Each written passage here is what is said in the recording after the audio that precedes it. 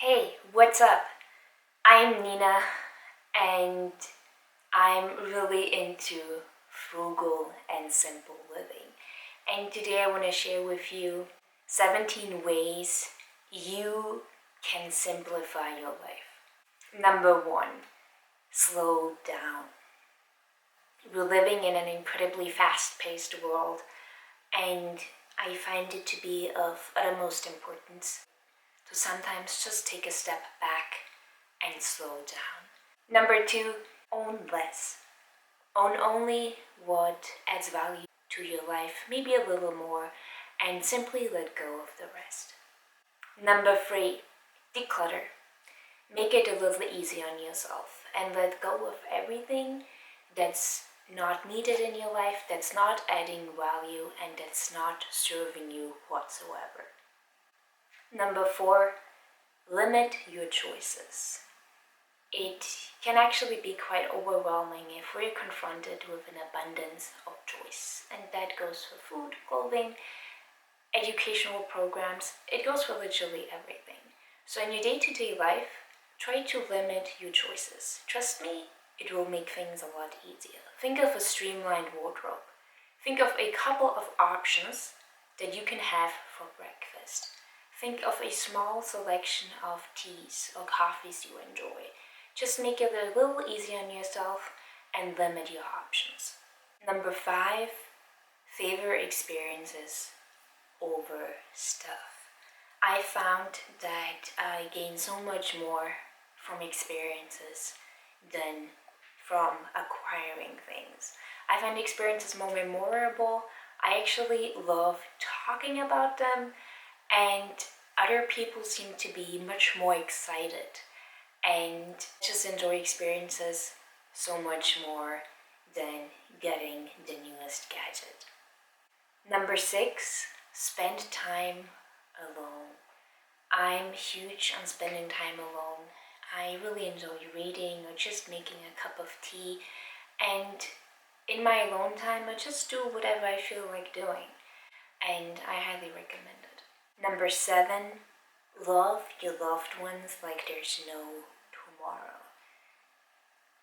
What I'm gonna say may sound dramatic, it's just that none of us really know what's going to happen tomorrow or a week from now. And I've just made it a point to always truly be with someone, to truly be present with someone, to give them my full attention. And while I'm pretty far away from lots of my friends and family, I always make it a point to reach out to them, to touch base with them, and to stay connected. Number eight, set yearly goals and break them down into manageable chunks. At the beginning of every year, I define a handful, usually about 5 big goals that I want to work on, and then I break them down into chunks. And breaking something huge, something humongous down into manageable steps can make it a lot easier and can make it seem a whole lot more achievable. Number nine, establish a morning routine. I'm a huge routine person. I thrive on routines. And I have a set morning routine that I have and that I do no matter what. I get up in the morning. I may or may not have a snack. And then I do 30 minutes of yoga, followed by a shower and breakfast. And that's just something that I hugely enjoy, and I always make it a point to do that. And no matter what happens during the day, as long as I stuck with my morning routine, I feel fairly content and comfortable because I know that what I really want to do, I was able to do. Number 10, keep track of all your expenses. I've been keeping track of all my expenses since 2014. It completely transformed how I view money, how I manage my money, and how I deal with money on a day-to-day basis. It gave me tremendous insights into my spending habits, and it changed them for the better. Number 11, screw multitasking and just focus. There's actually no such thing as multitasking. And while you may be able to do 2 you can really only focus on one thing at any given time. And whenever I'm doing a task, I'm giving this task my full attention. Number 12. Meal prep or make your lunch the night before. I'm big on meal prepping. I think I talk about meal prepping in most of my videos. And no, I won't do any meal prepping videos because there are already so many fabulous people out there doing just that. I greatly enjoy meal prepping. I find it incredibly satisfying and it gives me peace of mind.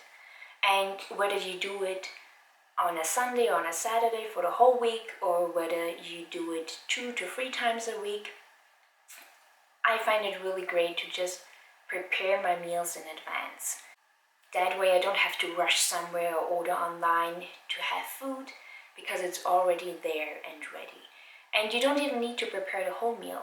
You can just cut up veggies the night before. You can do whatever needs preparing the night before. And that way your lunchtime will just be a whole lot more enjoyable. And of course this can be applied to breakfast, lunch, and dinner. Number 13. Limit negativity. Whether it's coming from friends, family, or the media, negativity tends to get thrown at us from literally all sorts of places.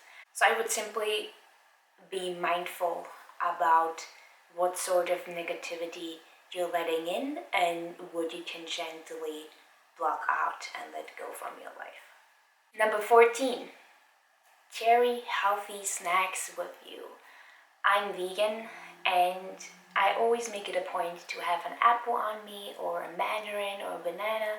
Snacks are just a great way to satisfy a small hunger, and I always make it a point to bring them. Number 15. Set your priorities straight. Now, if you want to save money for travel, just to come up with an example, and you're spending $100 on the newest iPhone as well as the phone plan that comes with it, then your priorities may be a little bit out of whack. And that's of course applicable to heaps of scenarios, and it's obviously not just limited to saving money for travel. Just make sure that you know what you value in your life and make sure that you know what's important to you. Make sure that what's on top of the list really gets the majority of your attention. Number 16. Plan your day and write your to-do list the night before. Every evening, I usually set aside 5 to 10 minutes to plan the next day. I write down activities that I would like to do, places that I would like to check out, and just things that I would like to get done with. And then in the morning I can look at it, I can do some more research, and I just have a rough idea on what the important tasks of the day are. So make sure that when you do plan your day, try to do it the night or evening before and just see what it can do for you. Number 17. Embrace your own version of simple living. Simple living as well as frugal living means different things to different people. There simply isn't a one-size-fits-all solution, and there are so many things that you can do to incorporate simple living practices as well as frugal living into your life. These are all things that have greatly simplified my life and that have also made it so much more enjoyable. For me, simple living and frugal living are tools to enhance my experience of life. I hope you're well. I would love to hear about ways that have helped you simplify your life. As always, have a lovely day and see you guys next time.